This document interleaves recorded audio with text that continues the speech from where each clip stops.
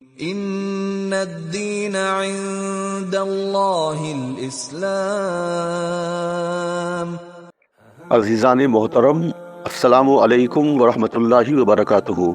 ماہ ربیع الاول کے تعلق سے ہماری سلسلہ وار گفتگو کا آج آخری موضوع ہے رحمت للعالمین صلی اللہ علیہ وسلم، انسانیت کے علم بردار۔ عزیزان محترم، اسلام زندگی گزارنے کا وہ آئیڈیل نظام ہے جو اللہ تعالیٰ نے انسانوں کو اس دنیا پر بسنے کے وقت سے ہی سب سے پہلے انسان اور پیغمبر حضرت آدم علیہ السلام سے لے کر حضرت محمد صلی اللہ علیہ وسلم تک ہر ملک و قوم میں انہی میں سے اور انہی کی زبان میں لاکھوں ہادی و پیغمبروں کے ذریعے عطا کیا۔ کچھ نبیوں کو آسمانی صحیفوں سے بھی نوازا گیا۔ یہ سلسلہ انسانی تاریخ کے ہر دور تک رہا۔ وقت گزرنے کے ساتھ ساتھ قومیں نہ صرف یہ کہ اپنے نبی کی تعلیمات کو فراموش کر بیٹھیں، بلکہ آسمانی کتابیں بھی اپنی اصل شکل میں محفوظ نہ رہ سکیں۔ انسان نے خود غرضی و منمانی کے طوفان میں پھنس کر حق کو کچھ سے کچھ بنا دیا۔ یہ انسان حق کے معاملے میں کبھی تو اتنا آگے بڑھا کہ خود نبیوں کو ہی اپنا معبود بنا کر انہیں کی پرستی شروع کر دی، کبھی اس نے پیغام حق کو ہی سرے سے رد کر دیا۔ انسان کی اس روش نے اسے بہت سی برائیوں میں مبتلا کر دیا، یہاں تک کہ وہ خود اپنے وجود سے ہی بیزار نظر آنے لگا۔ دنیا امن و امان کی جگہ بدامنی، لوٹ کھسوٹ اور حیوانیت و درندگی کی بھیڑ چڑھ گئی، یہاں تک کہ 6 صدی عیسوی میں دنیا تباہی کے دہانے پر پہنچ گئی۔ ظلمتوں کی اس تیرہ و تار اور اندھیری فضا میں اللہ تعالیٰ نے اپنے آخری نبی حضرت محمد صلی اللہ علیہ وسلم کے ذریعے انسان کو ہدایت کی روشنی عطا کی۔ تاریخ انسانی کے اس موڑ کا تذکرہ قرآن مجید میں ان الفاظ میں کیا گیا ہے، اور اللہ تعالیٰ کی اس مہربانی کو یاد کرو کہ تم آگ کے گڑھے کے قریب پہنچ گئے تھے اور اس نے تم کو اس سے بچا لیا۔ سورہ آل عمران آیت نمبر 103۔ عالم انسانیت پر اللہ تعالیٰ کا یہ کس قدر احسان عظیم ہے کہ اس نے اپنے سب سے محبوب اور آخری نبی اور رسول حضرت محمد صلی اللہ علیہ وسلم کو تمام عالموں کے لیے رحمت بنا کر بھیجا۔ وَمَا أَرْسَلْنَاكَ إِلَّا رَحْمَةً لِّلْعَالَمِينَ، اور آخری کتاب ہدایت قرآن مجید سے بھی نوازا۔ فرمایا گیا، اے لوگو، تمہارے رب کی طرف سے نصیحت نامہ نازل ہو گیا ہے، یہ وہ دستور ہدایت ہے جو دلوں کی بیماریوں کی شفا ہے، پس جو اسے قبول کر لے اس کے لیے ہدایت اور رہنمائی اور رحمت ہے۔ سورہ یونس آیت نمبر 57۔ عزیزو، ہدایت اور رہنمائی کی اس صدائے ربانی پر جن اہل حق حضرات نے حق کو تسلیم کیا، حق کی اس آواز پر لبیک کہا، کلام الہی میں ان کی تصویر بھی ان الفاظ میں کھینچ دی گئی۔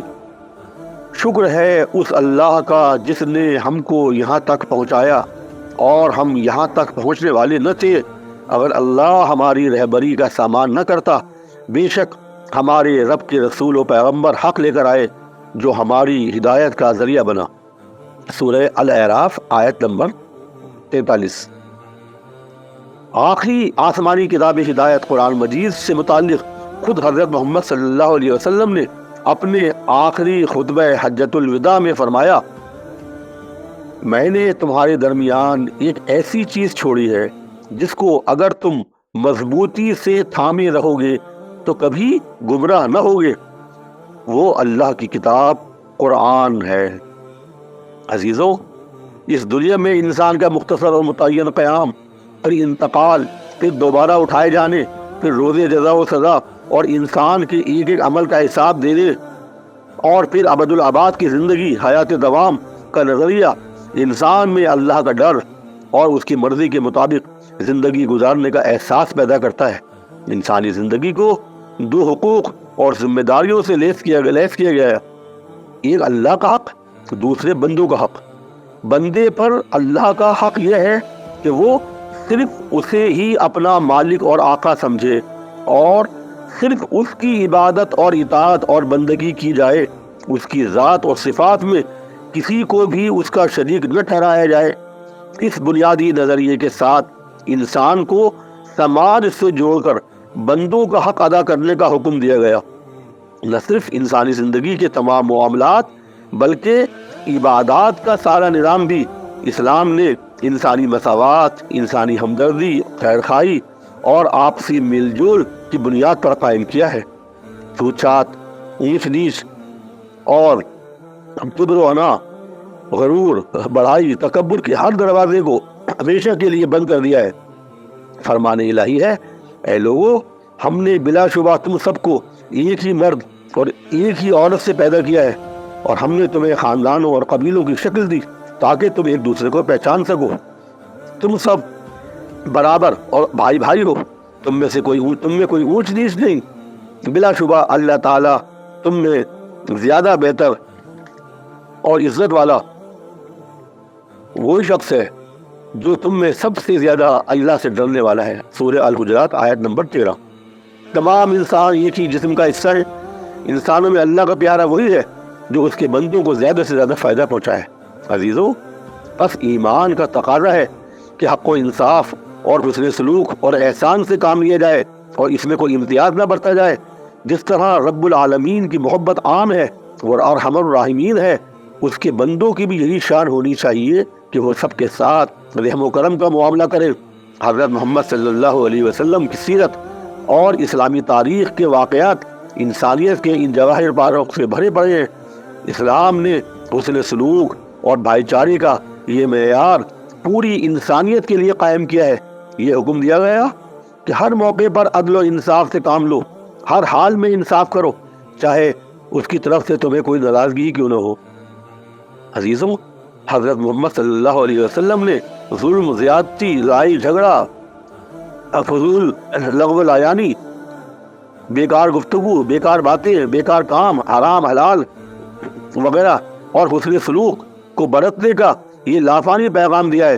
خبردار ظلم نہ کرنا، خبردار ظلم نہ کرنا، میرے بعد منکر نہ ہو جانا کہ ایک دوسرے کی گردنیں مارنے لگو۔ کوئی بھی قوم حق کی راہ پر رہنے کے بعد اگر گمراہ ہوئی ہے تو اس کا سبب یہی ہے کہ وہ آپس میں لڑ بیٹھے۔ مسلمان وہ ہے جس کی زبان اور ہاتھ کی تکلیف سے لوگ محفوظ رہیں۔ قیامت کے روز میری نظر میں سب سے زیادہ محبوب اور میرے سب سے زیادہ قریب وہ شخص ہوگا جس کے اخلاق سب سے اچھے ہوں گے۔ اللہ نے مجھے بہترین اخلاق اور بہترین اعمال کی تکمیل کے لیے بھیجا ہے۔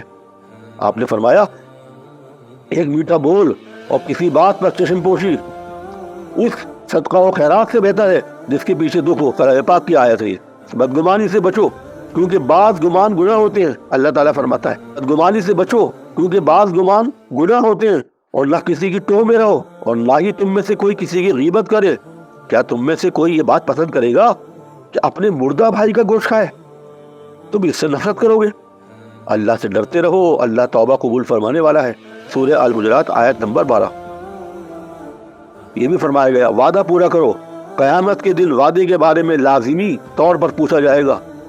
جو کوئی اللہ اور آخرت پر یقین رکھتا ہے وہ اپنے پڑوسی کو تکلیف نہ پہنچائے۔ خدا کی قسم وہ مومن نہیں جس کا پڑوسی اس کے شر سے محفوظ نہ ہو، بچا نہ ہو۔ آپ صلی اللہ علیہ وسلم کا ارشاد گرامی ہے۔ اللہ کو یہ بات تک ناپسند ہے، اور مومن نہیں وہ جو خود تو پیٹ بھر کر کھائے اور اس کا پڑوسی بھوکا سو جائے۔ اسلام کا پیغام انسانیت کے احترام، انسانی جان اور مال کی حفاظت، انسانی مساوات، آپسی میل جول، محبت اور اخوت کا پیغام ہے۔ اللہ تعالیٰ فرماتا ہے، اللہ ظالموں کو ہرگز پسند نہیں کرتا۔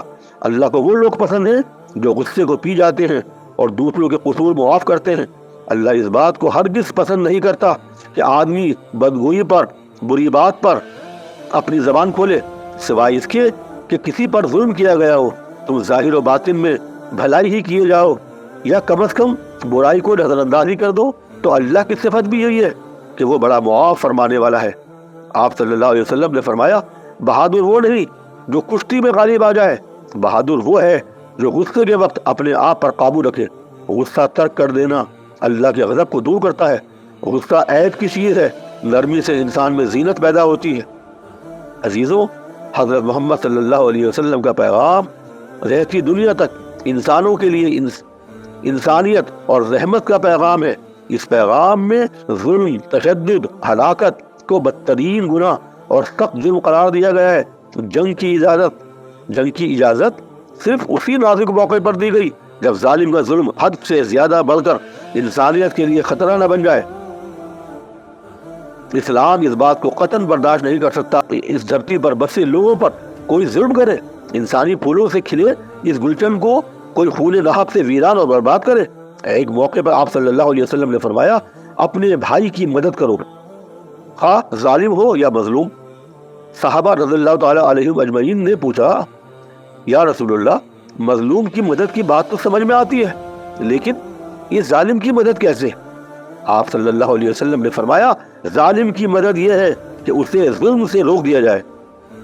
عزیزوں، دین اسلام کے آخری نبی حضرت محمد صلی اللہ علیہ وسلم نے وحی، قرآن اور ہدایت الہی کے ذریعے ایک ایسے سماج کی بنیاد ڈالی جس میں خدا ترسی، ایمانداری، حق و صداقت، انسانی مساوات اور احترام، ایثار، اخوت، بھائی چارہ، بے لوث خدمت اور فرض شناسی کی خصوصی اہمیت ہے۔ سماج میں ایسا ماحول ہی نہ پیدا ہو پہلے تو جہاں ظلم و زیادتی یا ناانصافی کو پنپنے کا موقع ملے۔ رحمت للعالمین حضرت محمد صلی اللہ علیہ وسلم سے سچی محبت اور ایمان اور اسلام سے ہماری وابستگی کا تقاضا ہے کہ ہم رسول اکرم صلی اللہ علیہ وسلم اور آپ صلی اللہ علیہ وسلم کے طرز حیات، آپ کی سیرت پاک اور آپ کے اسوہ حسنہ کا عملی نمونہ اپنی زندگی اور اپنے عمل اور اپنے قول و فعل سے پیش کریں اور قرآن و سنت پر عمل پیرا ہو کر تمام انسانوں کے دلوں میں اسلام کی عظمت کا نقش روشن کریں۔ آخر میں علامہ اقبال کے چند شعر پر اس گفتگو کو تمام کرتے ہیں کہ محمد سے وفا تو نے تو ہم تیرے ہیں، کہ محمد سے وفا تو نے تو ہم تیرے ہیں، یہ جہاں چیز ہے کیا لوح و قلم تیرے ہیں۔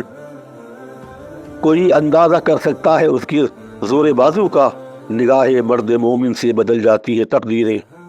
ہر لحظہ ہے مومن کی نئی شان، نئی آن، گفتار میں کردار میں اللہ کی برہان، گفتار میں کردار میں اللہ کی برہان۔ قرآن میں ہوتا زن اے مرد مسلمہ، اللہ کرے تجھ کو عطا جدت کردار۔ رہے گا تو ہی جہاں میں یگانہ و یکتا، اتر گیا جو تیرے دل میں لا شریک لہو۔ خلد نے کہہ بھی دیا لا الہ تو کیا حاصل، دل و نگاہ مسلمان نہیں تو کچھ بھی نہیں۔ وما علینا الا البلاغ۔ السلام علیکم ورحمۃ اللہ وبرکاتہ۔